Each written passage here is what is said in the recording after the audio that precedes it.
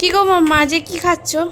আজকে আজকে দুপুরবেলা সবাই নেমন্তন্ন বাড়ি গেছে, কি করব ওই জন্য গরম ভাত, কলমি শাক ভাজা করেছি, ঢ্যাঁড়স ভাজা, আলু ভাতে একটু মেখেছি গরমকালে, আর মাছ একটা আলু দিয়ে ঝোল করেছি, আর লেবু আছে, লঙ্কা পেঁয়াজ আছে। আর একটা কথা, কালকে বাপের বাড়ি গেছিলাম, তো ভাই গাছ থেকে আম পেড়েছিল, তো পিসি খেয়ে যেতে বলছিল, তো আমি বাড়িতে রান্না করেছিলাম, তার জন্য আর খাইনি। তো পিসি দুটো আম দিল, তো ওই আমের টক করেছি, পুরো আমটা নিয়ে বসেছি। পুরোটা খাবো না, রেখে রেখে খাবো।